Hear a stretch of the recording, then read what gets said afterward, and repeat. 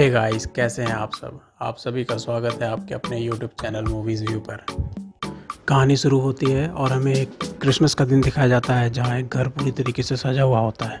फिर हमें घर के अंदर का सीन दिखाया जाता है जहाँ एक पुलिस ऑफिसर खड़ा होता है और घर के अंदर सारे बच्चे इधर से उधर भाग रहे होते हैं। उस घर में बहुत सारे बच्चे होते हैं और वो पुलिस ऑफिसर बहुत बच्चों को पकड़ पकड़ कर पूछने की कोशिश करता है कि ये घर किसका है और तुम्हारे डैड कहाँ हैं। बट सभी बच्चे अपने में परेशान होते हैं, सब इधर से उधर खुश होते हैं और घूम रहे होते हैं। फिर हमें केविन को दिखाया जाता है जो अपने बड़े भाई के कमरे में जाता है जहाँ उसका बड़ा भाई और उसका एक कज़न मिलकर कुछ कर रहे होते हैं और वो बिना पूछे अंदर आ जाता है, जिससे वो दोनों गुस्सा हो जाते हैं। फिर तभी वो दोनों कहते हैं कि इस खिड़की पर चलो, देखो कुछ दिखाता हूँ मैं। फिर वो तीनों खिड़की पर जाते हैं जहाँ एक ओल्ड मैन मार्ली करके एक आदमी होता है जो बर्फ़ आधी रात को नमक छिड़क रहा होता है ताकि बर्फ़ गल जाए।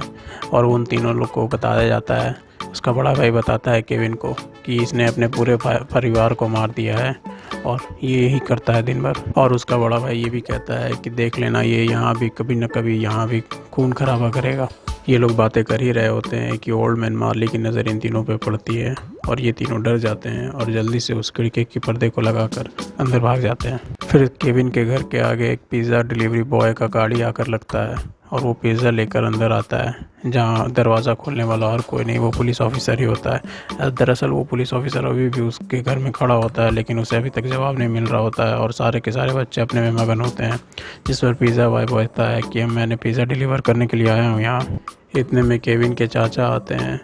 और पिज़्ज़ा बॉय से पिज़्ज़ा लेकर जाने लगते हैं। तो इस पर पिज़्ज़ा बॉय रोक कर उनसे पैसे मांगता है। तब वो बताते हैं कि ये घर उनका नहीं है, ये उनके बड़े भाई का है और पैसे वही आकर देंगे। और तभी जो इस घर का मेन मालिक होता है और जो केविन के पापा होते हैं वो आते हैं, जिनका नाम मिस्टर मैकलिस्टर होता है। और वो पिज़्ज़ा बॉय को पिज़्ज़ा के पैसे देने वाला ही होता है कि पुलिस ऑफिसर उनसे पूछता है कि क्या ये घर आपका है। तो इस पर वो जवाब देते हैं कि हाँ, मैं ही मिस्टर मैकलिस्टर हूँ और ये घर मेरा ही है। जिस पर वो पुलिस ऑफिसर उनसे कहता है कि अभी क्रिसमस का टाइम चल रहा है और लोगों के घरों में चोरियां होने की संभावना बढ़ जाती है, जिसके लिए हम हर एक घर में जाकर उनसे ये चीज़ बोल रहे हैं कि आप सावधानी बरतिए। जिस पर वो कहते हैं कि हाँ, मैं अपने घर में सारी सावधानी बरत रहा हूँ और हम कल को न्यूयॉर्क के लिए निकल रहे हैं, सारे की सारे फैमिली हम कल न्यूयॉर्क के लिए निकल। और फिर वो पिज़्ज़ा बॉय को पैसा देने वाले ही होते हैं कि केविन का बड़ा भाई आता है और कहता है कि पापा चलते हैं, हम लोग पिज़्ज़ा खाते हैं। और फिर सब पिज़्ज़ा खाने चले जाते हैं। सभी बच्चे अपने टेबल पर पिज़्ज़ा खा रहे होते हैं और इतने में केविन वहाँ पहुँचता है और अपना पिज़्ज़ा ढूंढने लगता है, जिस पे उसे पता चलता है कि उसका फेवरेट पिज़्ज़ा जो कि होता है चीज़ ओवरलोड, वो उसका बड़ा भाई खा लिया होता है। जिस पर वो बहुत ज़्यादा गुस्सा होता है और उस पर उन दोनों की लड़ाई हो जाती है, जिसके कारण घर के सभी बड़े लोग उस पर गुस्सा हो जाते हैं और केविन की माँ केविन को पकड़ कर ले जाने लगती है। केविन की माँ केविन को ऊपर रूम में ले ही जा रही होती है कि रास्ते में पिज़्ज़ा डिलीवरी बॉय उससे पैसे मांगता है, जिस पर केविन की माँ उसे पर्स से पैसा निकाल कर देती है। और पुलिस ऑफिसर कहता है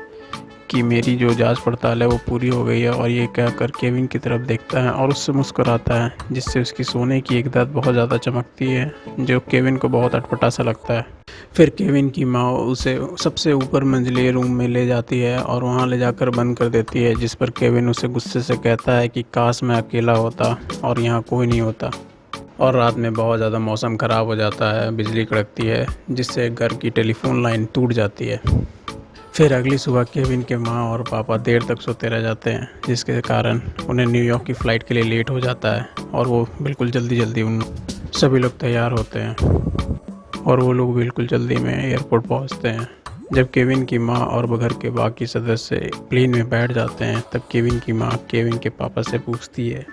कि क्या हमने किसी को मिस किया है पीछे, जिससे उसके फादर उसे रिप्लाई करते हैं कि नहीं, हमने सभी को ले लिया है और हमने गिनती तो की थी। फिर हमें केविन का घर दिखाया जाता है जहाँ वो सबसे ऊपरी मंजिले पर होता है और जब वो जागता है तो घर में कोई नहीं होता है और वो इधर उधर देखने लगता है। और जब किसी को घर पर नहीं देखता है तो उसे समझ आता है कि जो उसने रात को विश मांगी थी कि काश मैं इस घर में पूरी घर में अकेले होता, वो मेरी मंजूर हो गई है और इसलिए सभी के सभी गायब हो चुके हैं।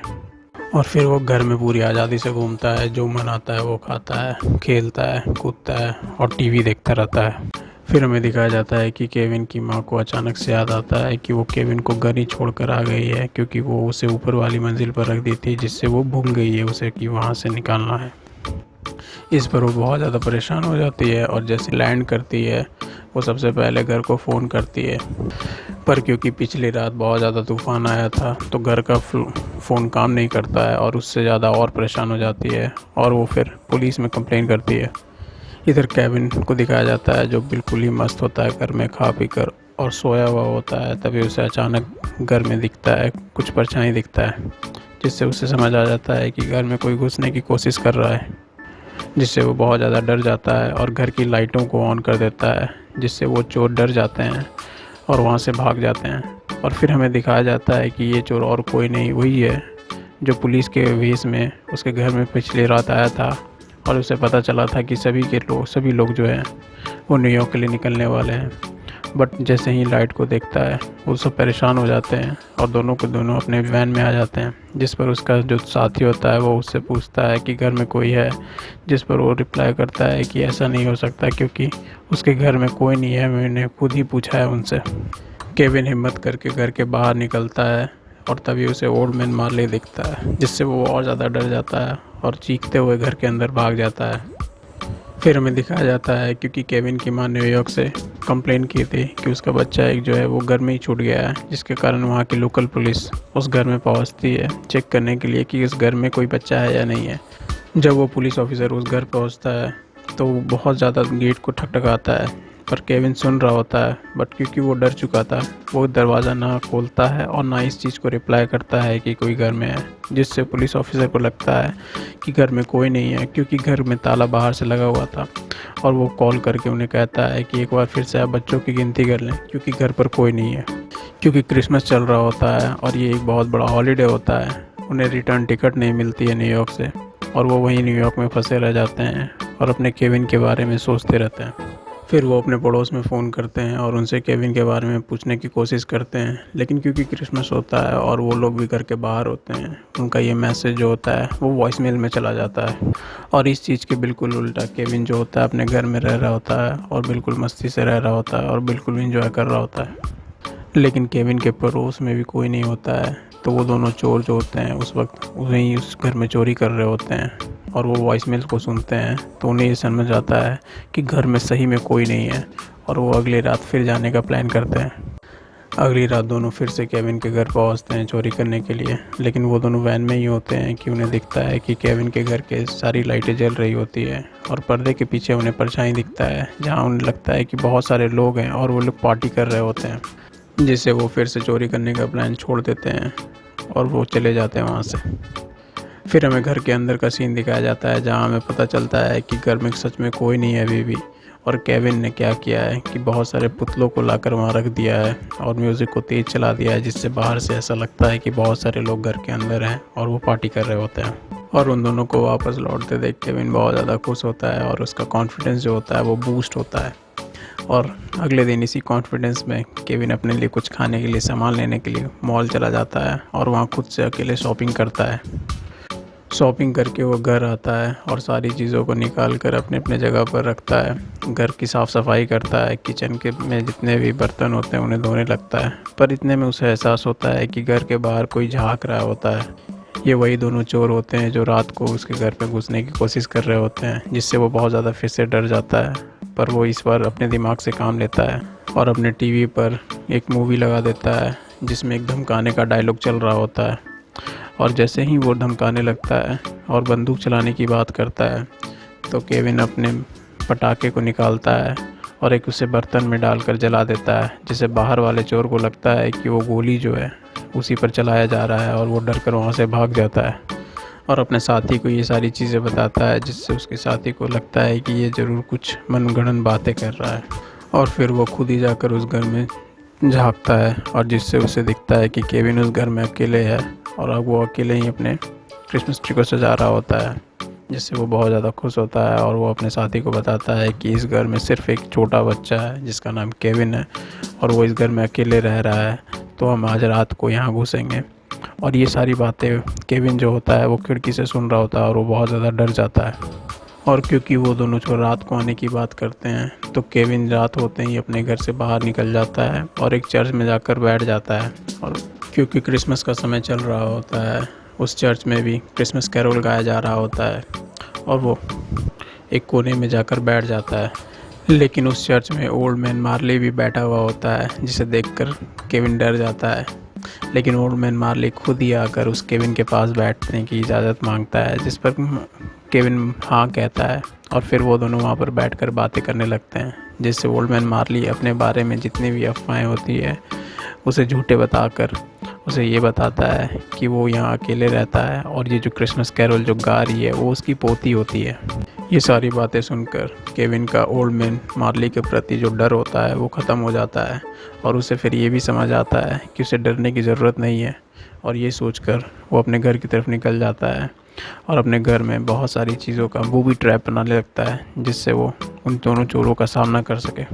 और वो हर तरह की बूबी ट्रैप्स को लगाने लगता है और ये सोचता है कि इन सब में से किसी न किसी में तो वो चोर फंसेंगे और वो परेशान होंगे और मैं उन्हें पकड़ लूँगा। जब सारे बूबी ट्रैप्स को वो लगा देता है तो रात के 9 बज चुके होते हैं और वो अपने लिए एक पास्ता बनाता है और खाने बैठ जाता है। पर इतने में वो दोनों चोर आ जाते हैं तो वो उन सब चीज़ों के लिए तैयार होता है। जब दोनों चोर दरवाजे के पास आकर खड़े हो जाते हैं तो केविन धीरे से जाता है और अपने एयरगन से दोनों चोरों के पैरों पर मारता है, जिससे उन्हें बहुत ज़्यादा चोट लगता है और उस दर्द में चिल्लाने लगते हैं वो। उनमें से एक चोर गुस्से से अपना सर उस दरवाजे में घुसा देता है और उसे सामने केविन बैठा हुआ दिखता है और केविन वो एयरगन उसके सीधे मुंह पर मार देता है, जिससे उन्हें और ज़्यादा चोट लगता है और वो बाहर की तरफ फेंक जाता है। क्योंकि सीढ़ियों पर पानी होता है और ये ठंड का मौसम होता है, वो सारी बर्फ़ से बन चुकी होती है, जिससे चोर फिसलकर सीधे सड़क पर गिरता है और वो दर्द से चिल्लाने लगता है। उसका दूसरा साथी घर के पीछे की तरफ से जाने की कोशिश करता है, लेकिन वहाँ भी बर्फ़ जमी हुई होती है और वो स्लिप होकर बिल्कुल नीचे चला जाता है। लेकिन वो किसी तरीके से इसमें अंदर घुसने में सफल हो जाता है। जब वो अंदर जाता है तो काफ़ी अंधेरा होता है और वहाँ एक बल्ब टंगी हुई होती है। जब वो बल्ब चलाने की कोशिश करता है तो एक गर्म आयरन उसके सीधे सर पर गिरती है और वो चकरा कर नीचे ज़मीन पर गिर जाता है। उधर पहला साथी गुस्से से आँख बबूला हो जाता है और वो जाकर दरवाजे के नॉब को खोलने लगता है, पर क्योंकि नॉब बहुत ज़्यादा गर्म होता है उसका हाथ जल जाता है और वो चीखने लगता है और अपना हाथ को जाकर बर्फ़ में डालता है और उसके हाथ से धुआं फेंकने लगता है और वो बहुत ज़्यादा गुस्सा हो जाता है। जो चोर घर के पीछे से घुसा था वो अब ऊपर चढ़ने की कोशिश करता है, लेकिन सीढ़ियों पर बहुत ज़्यादा ग्लू होता है और वो उसमें उसका पैर चिपकने लगता है, पर वो फिर भी किसी तरीके से ऊपर चढ़ने लगता है और वो एक एक करके अपने जूते मोजे उतरने लगते हैं, क्योंकि वो ज़मीन से चिपकने लगते हैं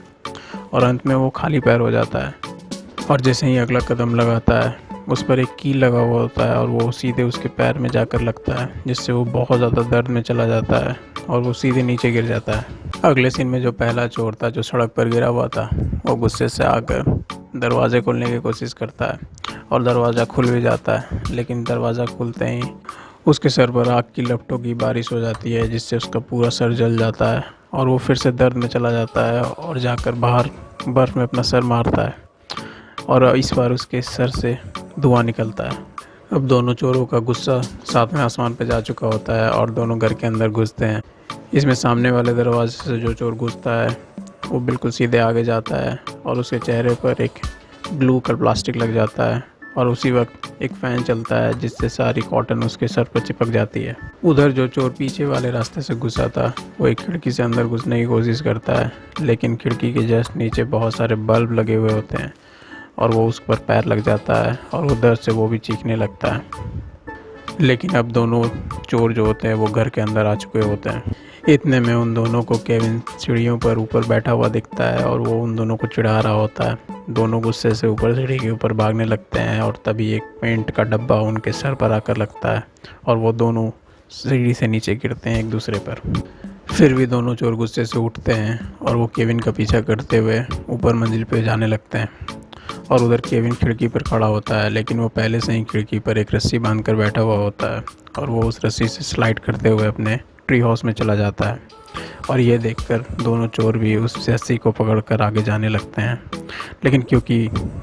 केविन पहले पहुंच चुका होता है वो उधर जाकर रस्सी को काट देता है, जिससे दोनों चोर बिल्कुल सीधे ज़मीन पर आकर गिरते हैं और वो दोनों बेहोश हो जाते हैं। ये देख के केविन बहुत ज़्यादा खुश होता है और वो अपने ट्री हाउस से नीचे उतरकर अपने घर की तरफ जाने लगता है, पर दरअसल दोनों चोर बेहोश नहीं हुए होते हैं। वो दोनों नाटक कर रहे होते हैं